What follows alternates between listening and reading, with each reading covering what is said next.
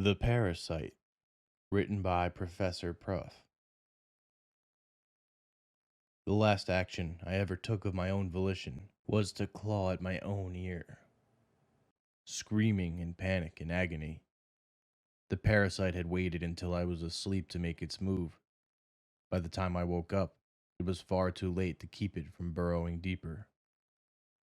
I've since given a great deal of thought to various ways I might extract the parasite, but such thoughts are purely for my own entertainment. I'll never have the chance to put any of them into action. I always imagine the parasite as resembling a worm, under an inch in length, curled into the spiral of my inner ear. I can envision it having affixed itself to the wall of the cochlea, extending tendrils through it and into my brain. I no longer feel it there, but its presence is undeniable. I know this because, since that painful morning, I have lost all control over my body. I am little more than a passenger, watching powerlessly as the parasite dictates my every action. At first, the strangest thing about my new situation was how little changed. The parasite was apparently content to resume my daily routines, acting how I would have on my own. I do not know how it knew where I work. Perhaps its grip on my mind extended to accessing my memories. I could suppose that this strangely banal few weeks were camouflage. If I began to behave erratically, someone might have noticed that something was amiss. I don't think it necessarily needed to worry about this, to be honest. I live alone and have few friends, so I don't know who would have noticed any changes in behavior and cared enough to take action. Maybe this is why it chose me as its host. The variations from my own routine began in small ways. The first incident I noticed was a trip to the hardware store, where it bought a tape measure. Little trips like this became increasingly common over the second month of my possession. It never visited the same store twice, and never bought more than one or two small items: duct tape, scissors, zip ties, a raincoat, gloves.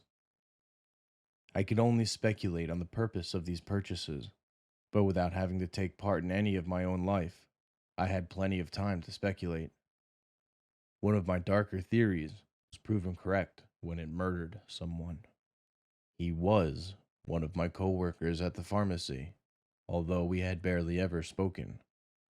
He was perfectly talkative, always chattering away with the others about conspiracy theories and his own inane ideas about philosophy and the afterlife. As a human, I was too much of an introvert to ever react to him much, so I suppose he found me boring. One Saturday, at the end of a particularly tiring shift, the parasite stayed on the clock just long enough to see him leave, then discreetly followed him out of the building. He lived close enough that he commuted by foot rather than by car, walking along the edge of the woods towards his neighborhood. He had his headphones in, so he was completely oblivious as I crept up behind him. The moment he became aware of my presence was when the scissors pierced the side of his neck. He tried to speak, or perhaps to scream, but no voice came to him, instead merely opening and closing his mouth like a suffocating fish. He slumped to the ground, bleeding onto the gravel of the path, and I quickly pocketed the scissors and went on my way as if nothing had happened. Nobody had seen it happen. At first, I was struck by how easy it was to kill someone. I had always imagined that murdering someone would be a long, messy affair, with the victim flailing and screaming and fighting back. The way my coworker died, it was about as dramatic of a confrontation as unscrewing a light bulb. One moment he was a man, the next he was meat. Is it always like that? Or is the parasite simply an expert at killing? Never having taken a life of my own volition, I couldn't say.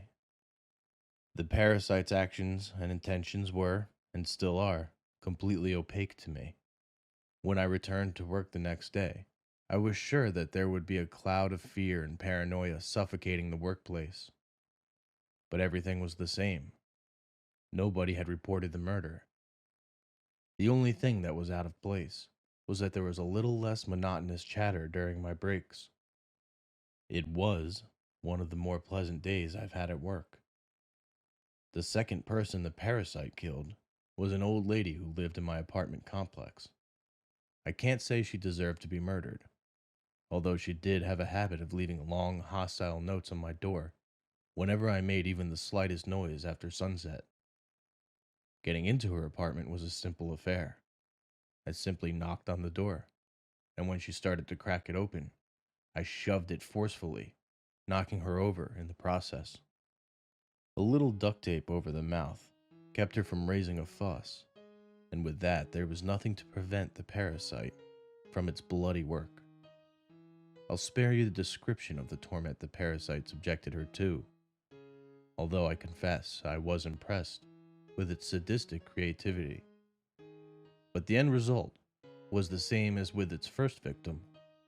The person became a thing, and the world was none the wiser as to the identity of her killer. As a helpless spectator in what I was beginning to think of as the parasite's body more than my own, I found myself looking forward to the killings. My ordinary life was so achingly dull, even when I was in control of it. So, having to watch someone else go through the motions was almost unbearable. The murders, however, gave me something to look forward to. Who was it planning to kill next? What was its plan for evading detection? I had a front row seat to a series of murder mysteries that the world seemed powerless to solve.